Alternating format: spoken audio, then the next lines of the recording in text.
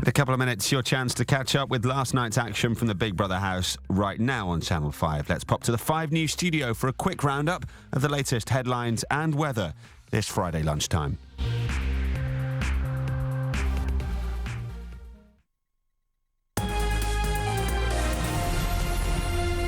Hello, this is 5 News. I'm Gemma Morris. The former Libyan dictator Colonel Gaddafi is expected to be buried within the next few days. Details of how he was killed continue to emerge. The country's acting prime minister says he was shot in the head. The report you're about to see contains footage of Colonel Gaddafi's final moments from the start, followed by images of his dead body and those of one of his sons. A warning that you might find the images in Mark Stone's report distressing. These are the final few moments of Muammar Gaddafi's life. Dragged through the streets of the town he called home, the place where he expected to be protected. The footage is confusing and disturbing, but not surprising.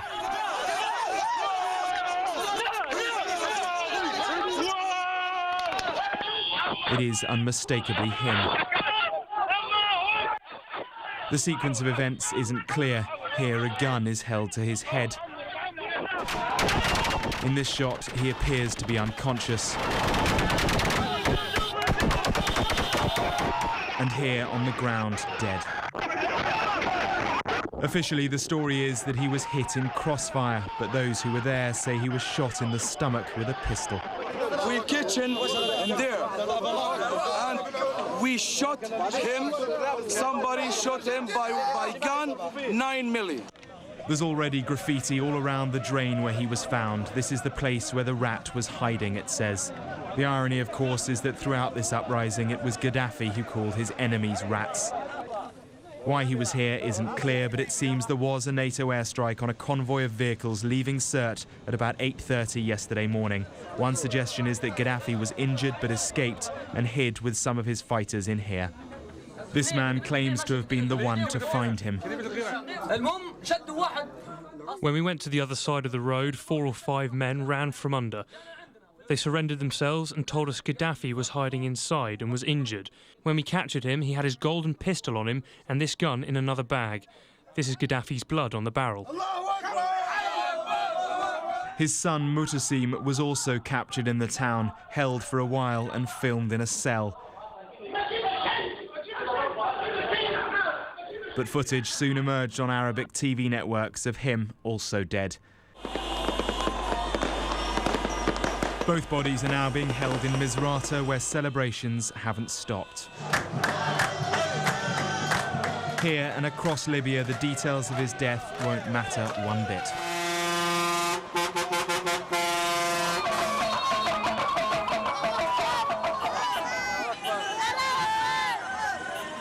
The new leadership in Libya have said repeatedly that they wanted Gaddafi alive and on trial, but it was always unlikely, and this footage is not at all palatable to the Western powers without whom none of this could ever have happened. Mark Stone, 5 News. The prosecution's case in the trial of Michael Jackson's former doctor is nearing its end. Conrad Murray says the former singer gave himself the anaesthetic propofol through a drip, but a medical expert told the jury that theory was crazy. New research suggests that long-term use of mobile phones does not lead to brain cancer. Researchers from Denmark found that users of mobiles were at no greater risk than anyone else of developing the disease. The study took more than 350,000 people with mobile phones over 18 years. That's it from me. Sean's got the weather next, and Matt's here at 5. See you soon. Bye-bye.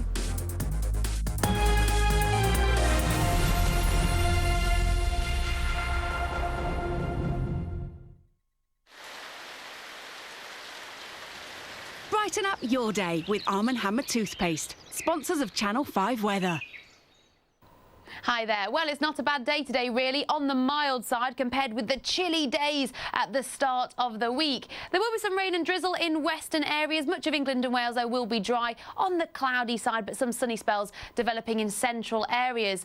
As you can see, though, Scotland will have another wet day, some heavy downpours in western parts where that rain is most persistent. Northern Ireland will also have some heavy downpours, but eastern areas looking to stay mostly dry, and by the end of the day, much of Northern Ireland should be dry. Now looking ahead to the weekend, staying unsettled in the north and the west, but much of England and Wales will be dry, bright and sunny with top temperatures around 14 degrees. Brighten up your day with Arm & Hammer toothpaste, sponsors of Channel 5 Weather. They're used to extreme conditions, but nothing could prepare them for India. On the world's deadliest road, there's a crash every 4 minutes. I just have to think of it like a video game, except I don't got any legs. And not every trucker will make it. This country. Climb aboard for the Ice Road Truckers' Deadliest Roads. Starts 8 o'clock tonight on Channel 5. I just want to be a normal teenager.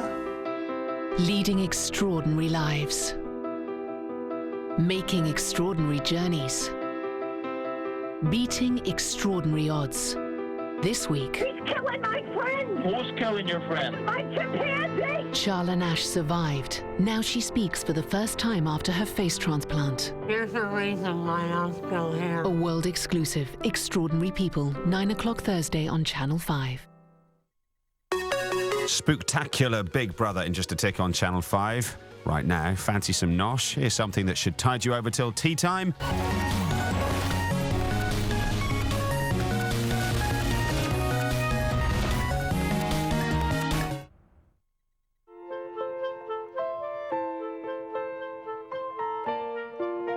Real Food Family Cook-Off, brought to you by Tesco.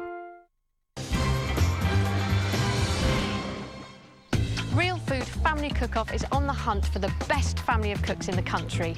Real people who love creating amazing home-cooked dishes. We've challenged our contestants to come up with recipes from 8 mood food categories that reflect the way that we cook and eat each day. So here's one of the comfort food dishes that they created. So here's how you make my spaghetti and meatballs.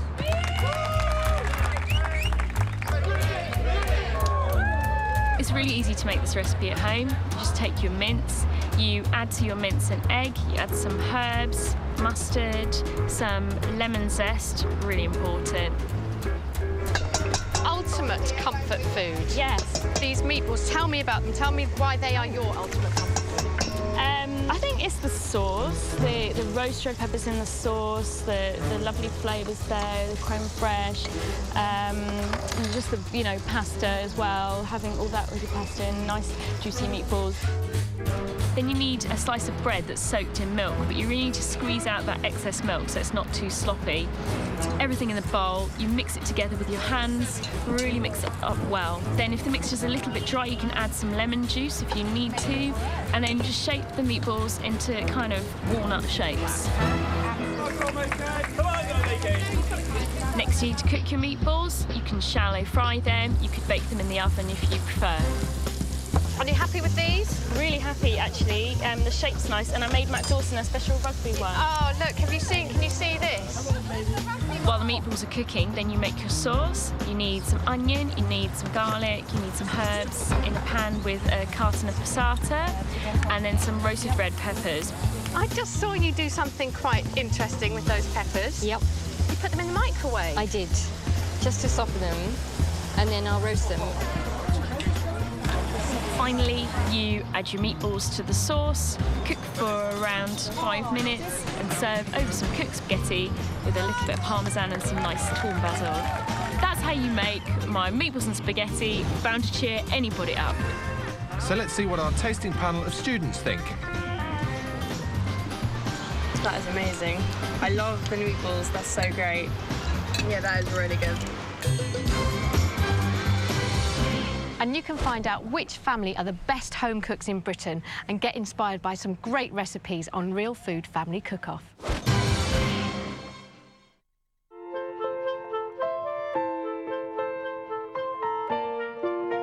Real Food Family Cook-Off, brought to you by Tesco.